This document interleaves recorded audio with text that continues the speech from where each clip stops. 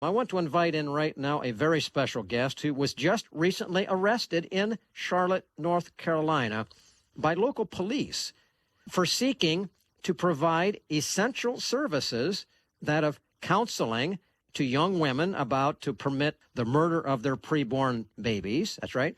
Even though in full compliance with the law, our guest, David Benham, former baseball player, entrepreneur, and twin brother of Jason Benham, who together those two rose to prominence with their successful HGTV reality show before being canceled due to their biblical convictions. This individual, David Benham, was arrested and charged with the unheard of crime, violation of emergency prohibitions and restrictions. We're going to talk to David's attorney then in the second segment.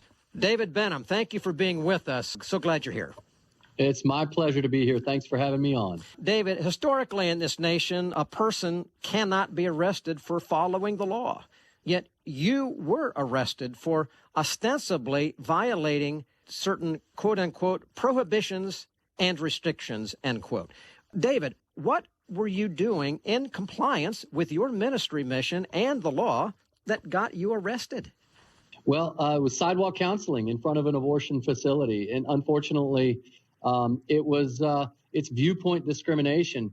You know, I got a call Saturday morning by my attorney that you'll be talking to in the second segment. And he said, "Hey, David, the sidewalk counselors are down there at the local abortion clinic in Charlotte. And there's a lot of police down there saying that they're going to make arrests." And I was like, "What?" So I headed down there. And as the president and chairman of the board of Cities for Life, we are an essential business in North Carolina under the law, the provisions inside the state statute and the local ordinance to do essential services for these mothers. And as a matter of fact, we went above and beyond. We said, you know what, even though we're an essential organization, let's still do a skeleton crew.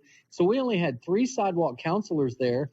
We even drew on the sidewalk with sidewalk chalk to keep them spaced out, social distancing with hand sanitizer and all of these things. And I arrived and I saw our 3 sidewalk counselors. There was also a pregnancy resource center that had a mobile ultrasound unit with 2 RV technicians, sonogram technicians inside of it. And I saw all these police officers, and they walked right up to me and said, "Sir, you can't be here. This is a gathering of larger than 10. And I said, "Whoa, hold on a second. First of all, there's not 10 people here. Second of all, I'm the chairman of the board of a 501c3 nonprofit public charity, and we are well within the provisions of the essential business ordinance and statute. You have no right to arrest me." And they warned me a couple of times, and I knew at that point, okay, the line's drawn in the sand. They're actually trying to make they're just trying to make an example of us or something. I didn't know. And they arrested me. And while they were cuffing me, I said, "Why don't you go to the park and make arrests? Why haven't you gone inside the abortion clinic and made arrests? Because there's a lot more people than 10 people there. They're all together. Nobody's socially distanced, but we are out here." And he said, "I don't have the authority to go into the abortion facility." And that was very telling.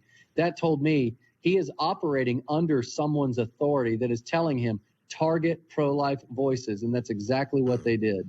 David, it's great to have you on. And by the way, I want to thank you for your courage and your brother's courage as well, not just in this incident, but in a host of other places where you stood up for your Christian faith and Christian liberty. Obviously, David, the media reports are that there were 50 people there. Obviously, there were not. You just said there were 3 others besides yourself. You were practicing the prescribed social distancing. What had to be going through your heart and through your mind? I mean, this is America. We're in the United States of America. You're fulfilling your mission. You're trying to stop pregnant moms from ending the life of their unborn babies. What was going through your mind? I mean, was it almost a surreal feeling you were having? It really was. I'd never been arrested a day in my life, and I love the men and women in blue. I love my elected leaders. We pray for them as a family. I love my country. I love my city. I love the folks. I'm a job creator. We do a lot of things in our community. And so my heart was really broken. And if you watch the video on my Facebook page, Benham Brothers, if you watch the video of me getting arrested, I choke back tears just as they're cuffing me. And I said, and I started to choke up, and I had to swallow it down because I couldn't believe this government overreach here. I just could not believe this was actually happening in my country. And my prayer now is that it would awaken the church.